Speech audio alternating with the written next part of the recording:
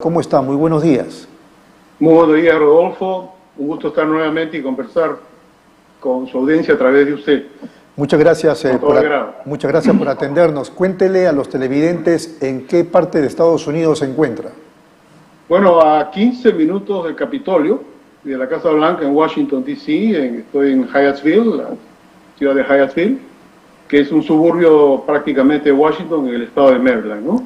Muy bien, correcto. Usted es un profesional del derecho, es constitucionalista, pero además tiene formación política, pertenece al APRA, aun cuando, digamos, en el papel fue expulsado malamente. Doctor Salgado, quería preguntarle qué impresión tiene de lo que pasó en Colombia en el último proceso electoral. Desde su impresión, ¿está bien, está mal el resultado? ¿Qué opina? ¿Qué perfil tiene de quien es el presidente electo, el señor Petro? Bueno, mi aproximación no es para decir si está bien o mal, sino tratar de entender lo que está ocurriendo no solamente en Colombia, sino en nuestra región latinoamericana y obviamente su relación, la gravitación que esto tiene con el hegemón del norte, que es los Estados Unidos de América, y lo que pasa en el mundo también, ¿no? Entonces, es importante entender y comprender estos procesos que son problemáticos, que acarrean además, vienen además con antecedentes muy complejos, muy difíciles, con cierto nivel de violencia, de inestabilidad, y no solamente en Colombia, sino por supuesto en nuestro país, en Chile lo que viene ocurriendo con el tema de la Convención Constitucional, lo que pasa en Ecuador. Entonces, con respecto a Colombia, Rodolfo,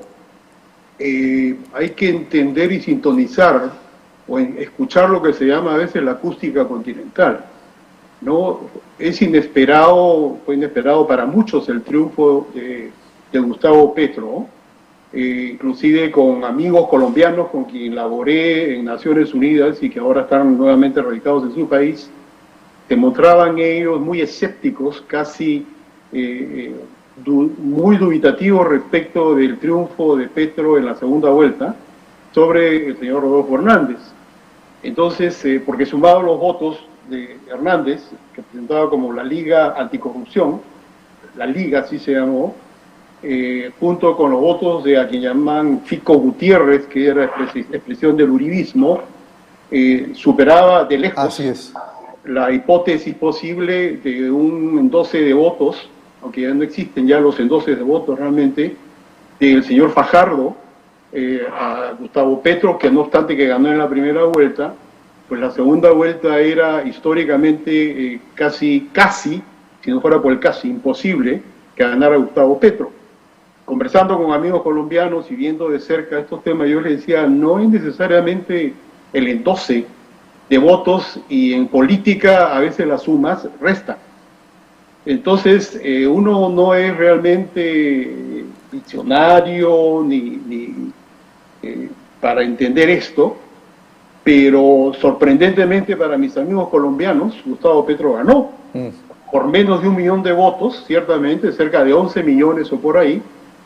El señor Rodolfo Hernández, quien en su momento declaró ser admirador de un gran pensador, Adolfo Hitler, y que una semana antes de las elecciones el señor Rodolfo Hernández, cuando le preguntaron sobre la participación de las mujeres en política, dijo que él preferiría que las mujeres, su lugar mejor y están más tranquilas y todos mejores en la cocina. Tiene un parecido a Rafael López Aliaga en el Perú. Pero quería preguntarle, doctor Luis Alberto Salgado, me parece que es la primera vez que gana la izquierda el gobierno de Colombia. Como tal, así es. Ayer escuchaba un debate entre una senadora del Centro Democrático, derecha, conservadora, con una diputada de la Alianza Verde, que forma parte del pacto histórico de Petro, donde decía la senadora colombiana que ya ha gobernado la izquierda antes, sino que esta es izquierda radical, ¿no? Y obviamente le replicaba la congresista de la Alianza Verde, que ya forma parte de la coalición junto con Petro, que no es izquierda radical Petro y que ha intentado gobernar realmente la izquierda como tal, sino expresiones populares o populistas o conservadoras más o menos liberales. Entonces, efectivamente, por las características del discurso, los antecedentes de Petro, y en este caso muy importante, su candidata a la vicepresidencia, que a partir del 7 de agosto será, junto con Petro presidente y ella vicepresidenta, Francia Márquez, una afrodescendiente, afrocolombiana, mujer muy activa, activista, defensora de los derechos humanos, y realmente recorriendo el país y muy reconocida, y se considera a Francia Márquez, esta mujer afrocolombiana, vicepresidenta a partir del 7 de agosto en Colombia, uno de los factores importantes para el triunfo de Petro. Entonces, todo este conjunto de elementos, junto con las zonas geográficas donde ha triunfado el pacto histórico de Petro, que es precisamente aquellos que respaldaron el proceso de paz bajo el presidente Santos, ¿no? Esto explican a su vez en las zonas costeras del sur, el suroriente, Bogotá, donde fue alcalde antes Petro, y en las zonas costeras de Colombia, donde le dieron el triunfo determinante al pacto histórico. Entonces, estos elementos, y que a su vez respaldaron el proceso de paz, hartos de tanta violencia y víctimas a su vez de tanta violencia en esa Colombia, que es un país hermano nuestro. Entonces, se le vienen momentos muy difíciles a Petro, es un tema complicadísimo. No sé si lo dijo usted, pero Petro también ha sido guerrillero, perteneciente al M-19. Claro, él en el M-19, efectivamente, en el año 90 depuso las armas, firmó el acuerdo de paz, el M-19, no así las FARC, ni el Ejército, ni el ELN, pero ellos sí firmaron el acuerdo de paz y honraron su compromiso.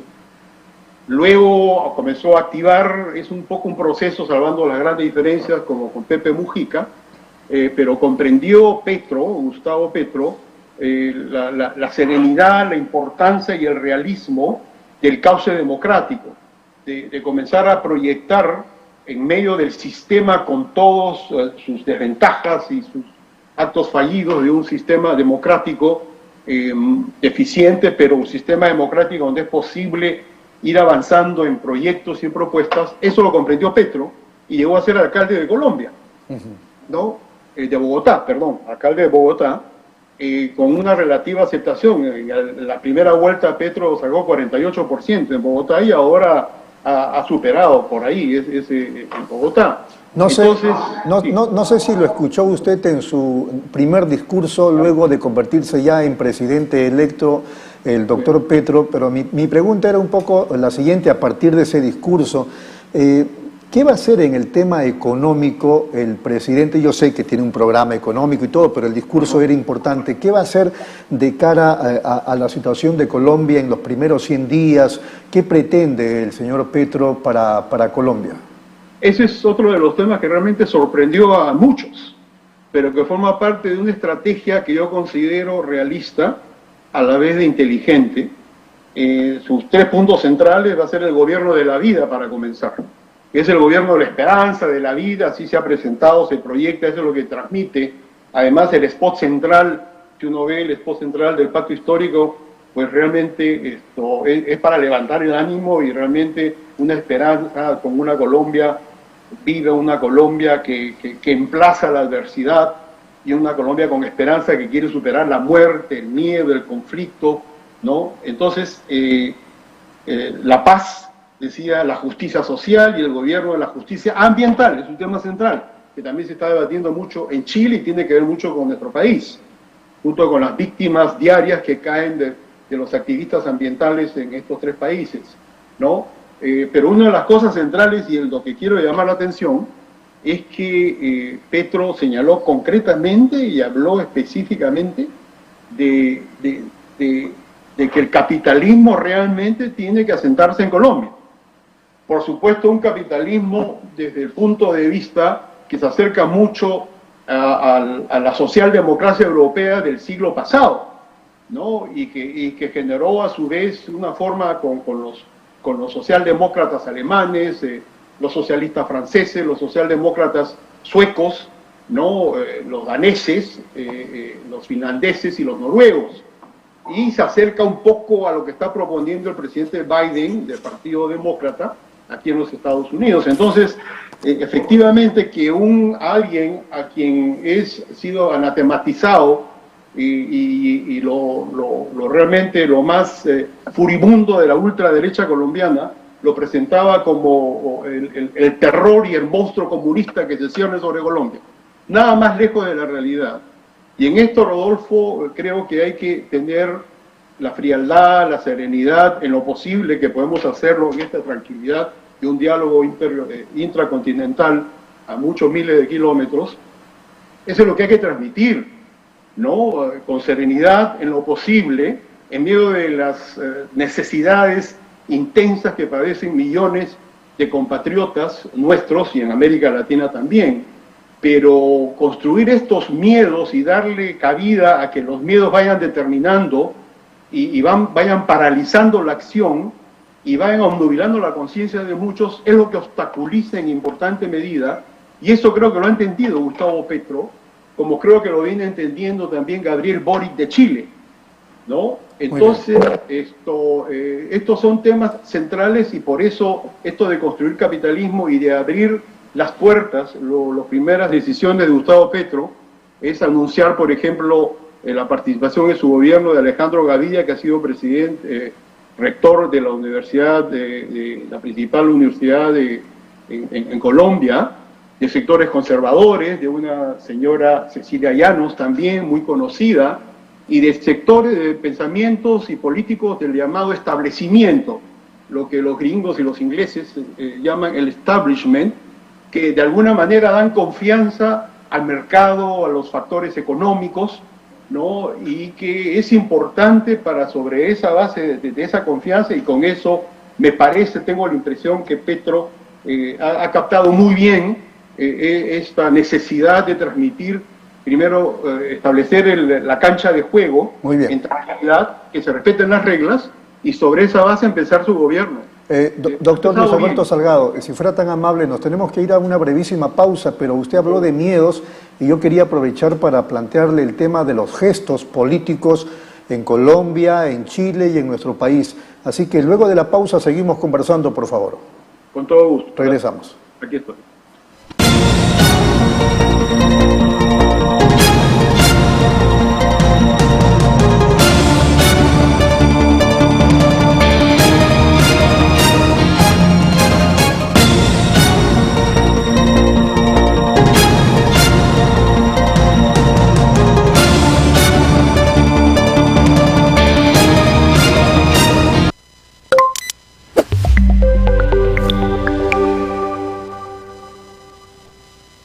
¿Buscas lo mejor para tu hogar? En Plaza Hogar podrás elegir, diseñar y plasmar todas tus ideas. Todo lo que soñaste está en Plaza Hogar. Diseños exclusivos y precios sin competencia. Cómprale al Perú. Ven a Plaza Hogar. La emoción de encontrar lo mejor para tu hogar. Avenida Angamos, 1551 Surquillo.